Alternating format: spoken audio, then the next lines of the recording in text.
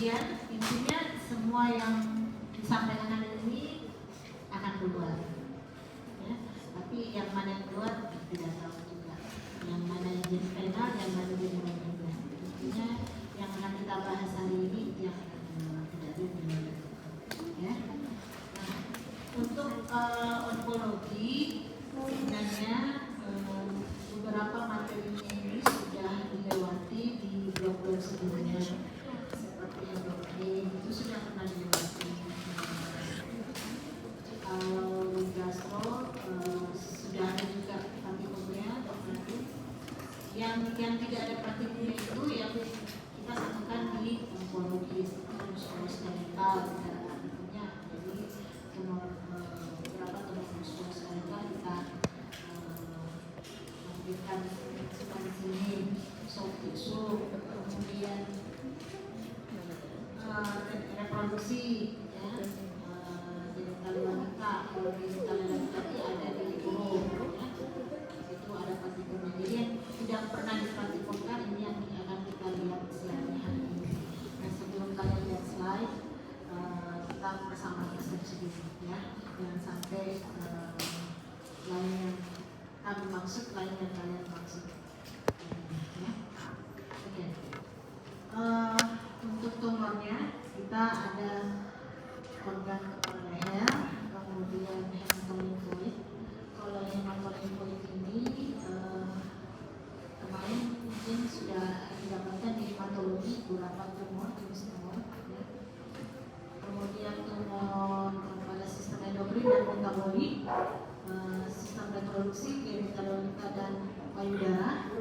Kemudian tumor pada organ sistem muskuloskeletal dan soft tissue. Kemudian terakhir pada sistem endokrin, ya.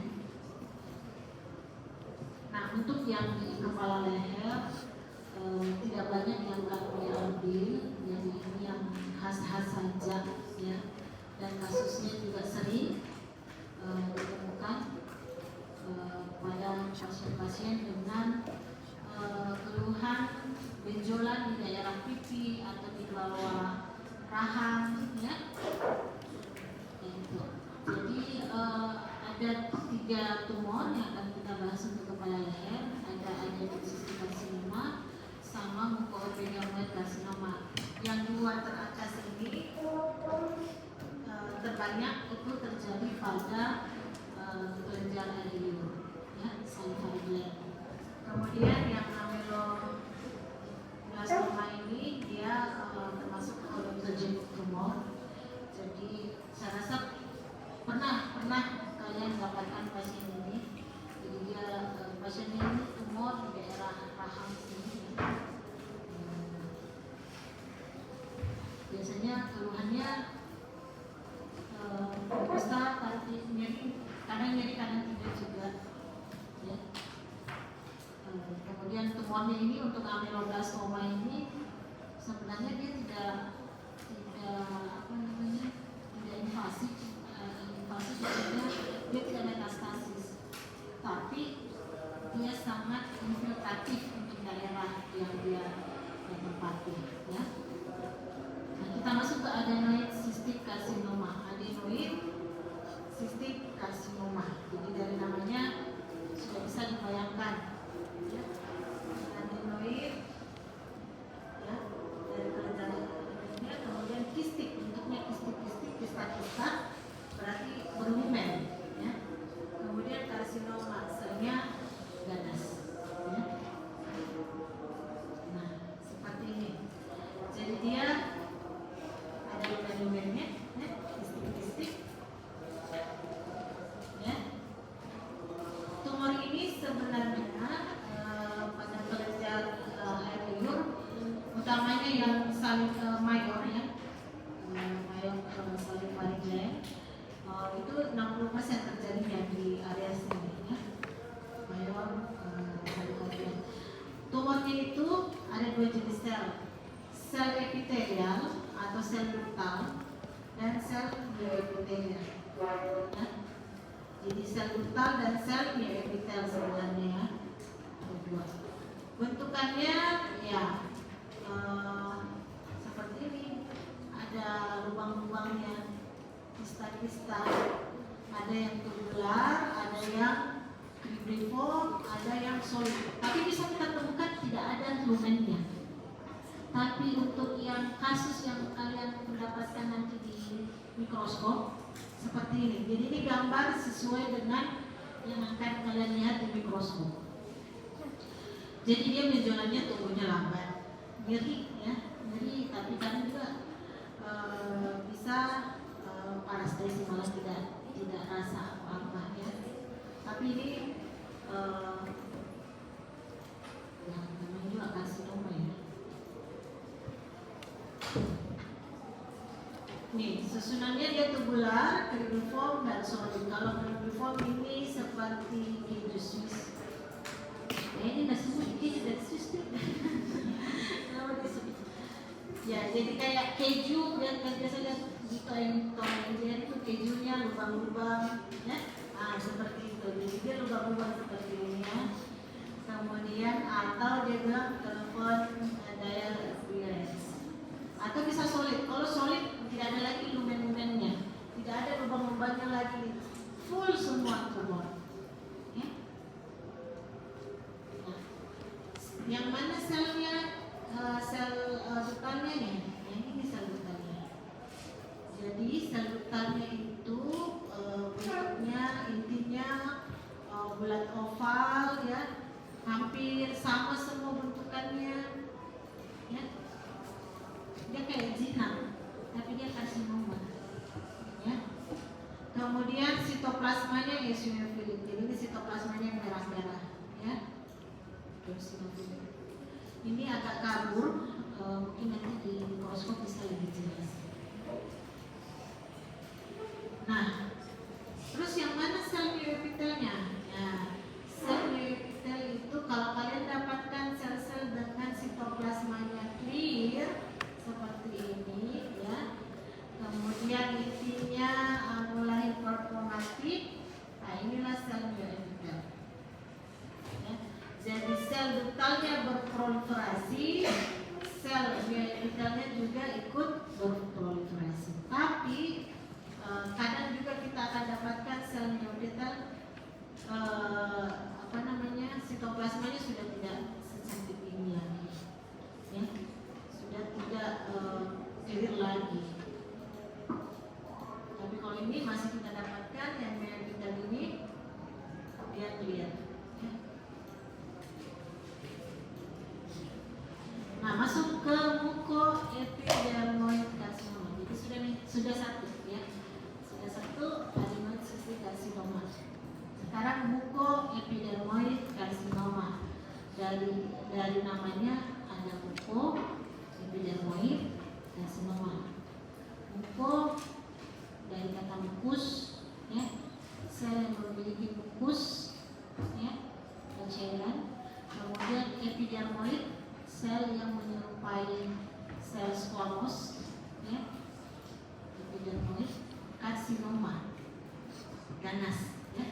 Jadi yang mengalami keganasan itu sel mukosnya dan sel epidermoidnya. Tapi ternyata bukan cuma dua itu, ada satu lagi namanya sel intermediate.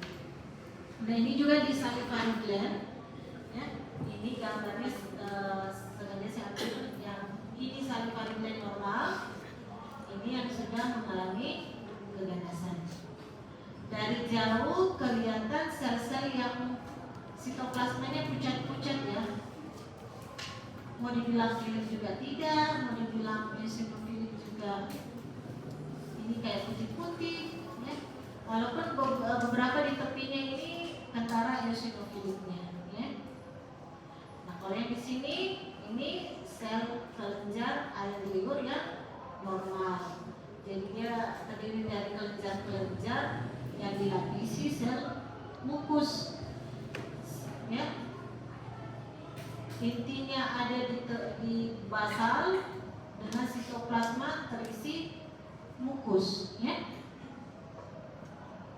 Kemudian ada hasilnya ini folikel gitu. Nah, kalau kita besarkan, jadi ini sel musitnya ya, sel mukusnya ini yang masih normal ya. kelenjar adionnya. Kemudian ini ada follicle lymphoid. Ini area yang normal. Area yang ganas, nah ini kita bisa lihat yang ini area myxoid ini berisikan cairan mukus yang sudah keluar dari sel, ya, dari sitoplasma sel sudah keluar gitu. Walaupun beberapa selnya masih ada ya kelihatan. Nah, kalau yang di tengahnya ini, yang pucat ini, sitoplasma yang pucat ini kita sebut sebagai sel squamoid, ya, sel squamoid yang tersusun solid. Yang epidermis itu sel squamoid, ya. Kan sel epidermis dia sel tersusun dari sel apa? Epidermis. Sel squamous. Makanya dibilang epidermoid, epidermis. Tapi tambahan oid itu menyerupai sel epidermis atau sel squamoid. Oid ini menyerupai, ya, artinya jadi tersusun solid. Sedangkan yang di tepi ini, yang sitoplasmanya eosinofilik, yang intinya besar, kalau kita bandingkan inti dan sitoplasma 1:1, ya, ini namanya sel intermediate, ya. Sama juga dia seperti yang sel squamous, ya. Nah, yang ini sitoplasmanya lebih banyak, tapi dia lebih pucat dibandingkan yang intermediate. Kalau di intermediate ini selnya besar, sitoplasmanya juga banyak, jadi 1:1.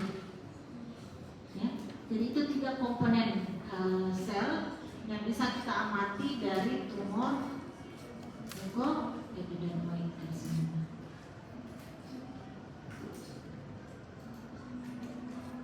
Nah, kalau kita besarkan yang ini, yang di bawah ini yang pucat sitoplasmanya, intinya juga sebenarnya besar, ya, tapi masih lebih banyak sitoplasmanya dibandingkan yang ini sitoplasmanya kisaran 1:1 kalau kita membandingkan antara besar inti dengan sitoplasma, ya. Ini yang warna pink ini yang sitoplasmanya ini yang intermediate, yang ini yang kita sebut sebagai sel squamoid.